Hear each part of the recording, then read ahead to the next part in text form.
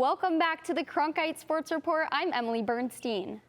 After dropping their first two games at Mullet Arena, the Coyotes finally earned their first home win last night. Not only was it the team's first victory at the new arena, it was also Hockey Fights Cancer Night, kicking off the NHL's month-long awareness campaign.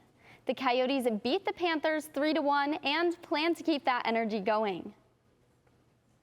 Yeah, it feels good. Like 1-goal games all the way here. I guess 2 tonight, but pretty much a 1-goal game, and that's 3 in a row now. And we're right in these games. And I mean, nothing's perfect, but put some decent efforts together, and it's something to build off for sure. The annual Arizona Sports Hall of Fame induction last night was a star-studded event, paying tribute to some local legends. Cronkite News reporter Lindsay Selzer was at Chateau Lux in Phoenix for the glamorous night.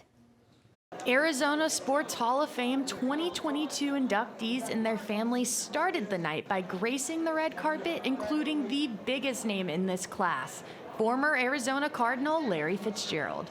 It's a Hall of Fame that's been established for a very long time and recognize some of the greatest athletes and coaches and entertainers that ever come through this great state. Although Larry Fitzgerald is not the biggest fan of the spotlight, the 2022 Arizona Sports Hall of Fame induction was important for him to step out for.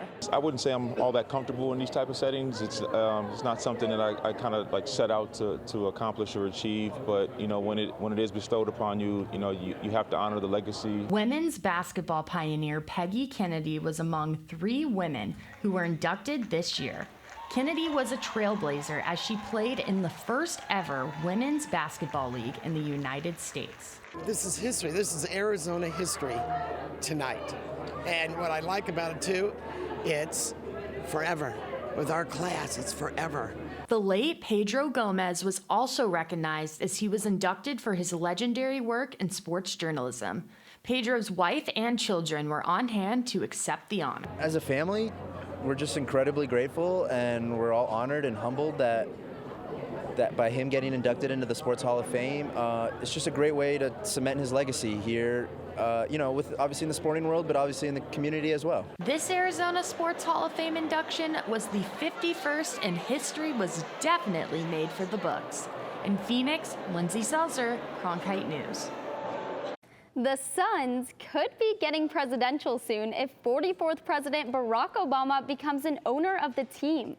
Obama, who is in Phoenix today campaigning for Democrats ahead of the election, is rumored to be involved with a group looking to buy the Suns. Coach Monty Williams would welcome more diversity of ownership in the league. But I think anybody would value a partnership with someone like that. For me, as an African American, even though you may have differences of opinions on certain views politically, whatever that looks like, someone who's been through those kinds of experiences from a leadership standpoint, I would love to just, pick his brain and just sit and listen, for hours. The Arizona State Fair has come and gone, and this year's month-long festival ended with a bang. Cronkite News reporter Michael Garaffa was there for the final weekend and got to experience its signature closing act. The Arizona State Fair wrapped up its final weekend with its annual tradition for the last few years, monster trucks. The All-Star Monster Truck Tour put on 6 free shows for anyone interested in seeing these beasts up close.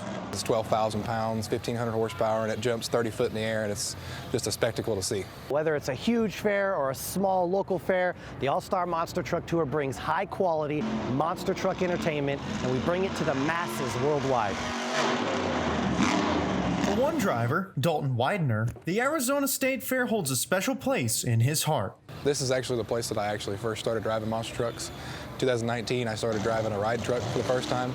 First time I ever got in a monster truck was right here, so this place is kind of special to me. It is also special to the fans who get to see the monster trucks, most of whom experiencing it for the first time. Seeing Mud Monkey and all the other ones just going up the ramps and, all the loud noises, was pretty fun. Me and my son, we enjoyed it. So it was pretty cool, man. We had a good time. Overall, it's a pretty good show. You get to see a monster truck, see long jumps, the wheelies, you can do see moonwalks, stoppies, and everything. For the drivers and the All-Star Monster Truck Tour, it makes it all worth it to see the enjoyment on the fans' faces. Oh, dude, they go crazy. They scream, they yell, they love to go crazy. That's what we love. They love to wave their checkered flags. That's when our monster truck drivers get wild and crazy. Getting to see the kids that come up and just, they're wide-eyed and amazed that they get to see something this big that does the stuff that it does. In Phoenix, Michael Garaffa, Cronkite News. That's it for today's Cronkite Sports Report. Back to you, Maddie.